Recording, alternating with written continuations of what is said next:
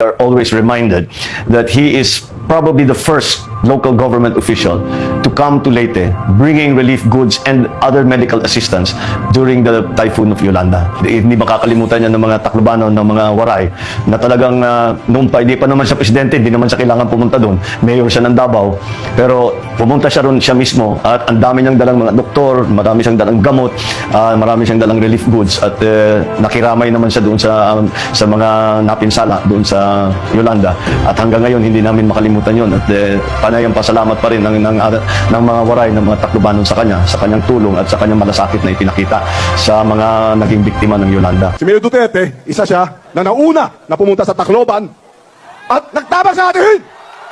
Yun ang malasakit. Saksi po ako sa malasakit ni Mayor Duterte. Kaya po, hindi ko talaga matatanggihan. Kailangan talaga tumanaw ako ng ulutang na loob sa lahat ng mga Bisaya.